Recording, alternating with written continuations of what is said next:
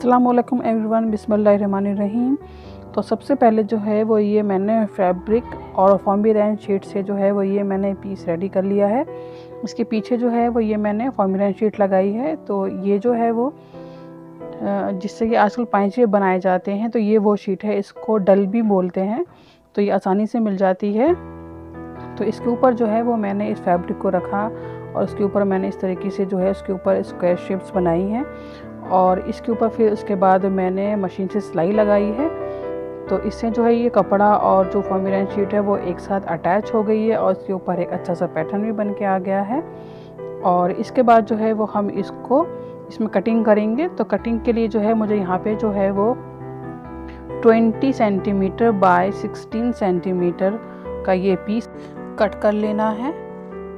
और इसके बाद जो है वो यहाँ पे मैं कॉर्नर पे 3 सेंटीमीटर बाय 3 सेंटीमीटर का ये स्क्वायर में यहाँ पे कट करूँगी। और फिर ये जो है जब हमने एक पीस कट कर लिया है तो सेम इसी साइज़ का हम ये जो है दूसरा पीस यहाँ पे कट कर लेंगे। जो हमारा बाकी जो हिस्सा बचा था उसमें से हम इसको कट कर लेंगे और सेम ही साइज़ के जो है वो यहाँ पे हम 2 इनर पीस कट कर लेंगे। अब इसके बाद सबसे पहले हमें जो है वो इसके लिए हैंडल्स रेडी करने हैं। तो इसकी जो लेंथ है वो रखी है मैंने 8 सेंटीमीटर और यहाँ पे हम इस तरीके से रखेंगे और बस बहुत ही आसानी से ये इस तरीके से फोल्ड करके हम जो है वो इसके दोनों किनारों पे एक एक सिलाई लगा देंगे। तो दोनों हैंडल जो है वो हम इसी तरीके से रेडी कर लेंगे। तो इस तरीके से मैंने रेडी कर लिया है। अच्छा, मैंने यहाँ पे जो एंड्स है ना, एंड्स तक मैंने इस फॉर्मिरैन शीट को नहीं रखा है इस तरीके से, ताकि इसको फोल्ड करने में आसानी हो और सफाई आए। अगर हम इसको जो है वो इस तरीके से रखते एंड तक रखेंगे फॉर्मिरैन शीट तो ये बहुत मोटा हो जाएगा और फिर उसके बाद जो है इसको लगाने में परेशानी भी आएगी और सफाई भी नहीं आएगी। तो एंड तक जो है वो इसको फॉर्मिरैन शीट को आप ना रखें।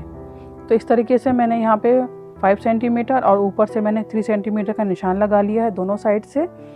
और इस तरीके से फोल्ड करके हैंडल्स के एंड को हम रखेंगे यहाँ पे और इस पे जो है वो हम सिलाई लगा लेंगे।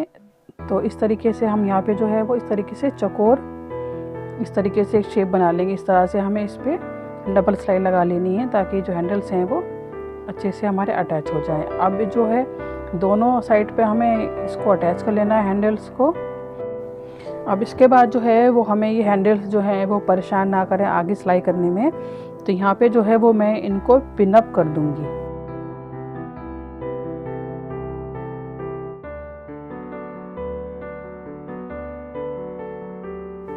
अब दोनों पीस पे दोनों साइड से हम 3-3 सेंटीमीटर के निशान लगा लेंगे दोनों पीस पे।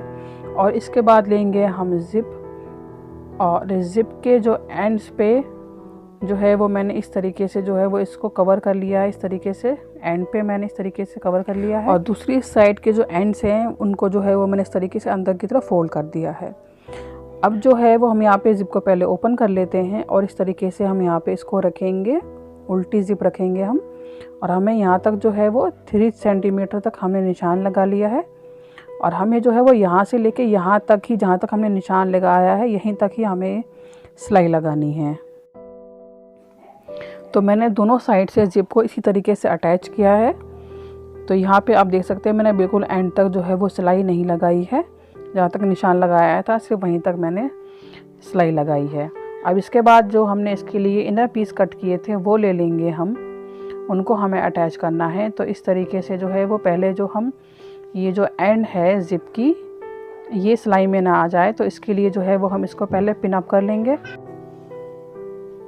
और इसके बाद हम इनर पीस को लेंगे, इसके ऊपर उल्टा रखेंगे हम इस तरीके से। और जो सिलाई हमने पहले लगाई थी जिप के लिए उसी सिलाई के ऊपर हमें सिलाई लगानी है। लेकिन अब जो है वो हमें बिल्कुल शुरू से लेकर एंड तक सिलाई लगानी है, हमें बिल्कुल भी कहीं पे गैप नहीं छोड़ना है। सिलाई लगाने के बाद हम इस फैब्रिक को इस तरीके से पलट कर सीधा कर लेंगे और फिर यहाँ पे जो है वो हम यहाँ पे एक पैकेज सिलाई लगाएंगे। इस तरह से रख के हम यहाँ पे एक सिलाई लगाएंगे। तो दूसरी साइड पे जो है वो ऑलरेडी मैंने सिलाई लगा ली है। तो ये इस तरीके से हमें दोनों पीस पे सिलाई लगा लेनी है। तो ये दोनों हिस्सों पर मैंने सिलाई लगा ली है। तो अब जो है वो हम इसकी ज़िप को जो है वो बंद कर लेते हैं और इस तरीके से जो है वो हम इसको ओपन करेंगे कि जो इनर हैं वो एक तरफ रहेंगे हमारे, और जो बाहर का जो हिस्सा है मेन वो एक तरफ रहे। अब जो है वो हमें यहाँ पे थोड़ा सा निशान लगाना है, यहाँ पे थोड़ा सा मैंने छोड़ दिया है यहाँ पे एंड पे, और बीच में जो है यहाँ पे हमें सिलाई नहीं लगानी है। तो हम यहाँ से लेके यहाँ तक सिलाई लगाएंगे, फिर यहाँ पूरे में लगाएंगे, यहाँ पे लगाएंगे, लेकिन यहाँ पे जो है वो हम थोड़े थोड़े भी हिस्से में निशान लगाएंगे और सिलाई लगाएंगे, और जो बीच का हिस्सा है वो हमारा ओपन ही रहेगा। और इस जिप को जो है वो आपको हटा के रखना है जब आप इस साइड से सिलाई लगाएंगे। और जब सिलाई लगाएं तो अच्छे से जो यहाँ की सिलाई है वो दोनों सिलाई को आप मैच करके रखें, ताकि बिल्कुल इक्वल आए। दोनों साइड से हमें सिलाई को अच्छे से मैच करके रखना है।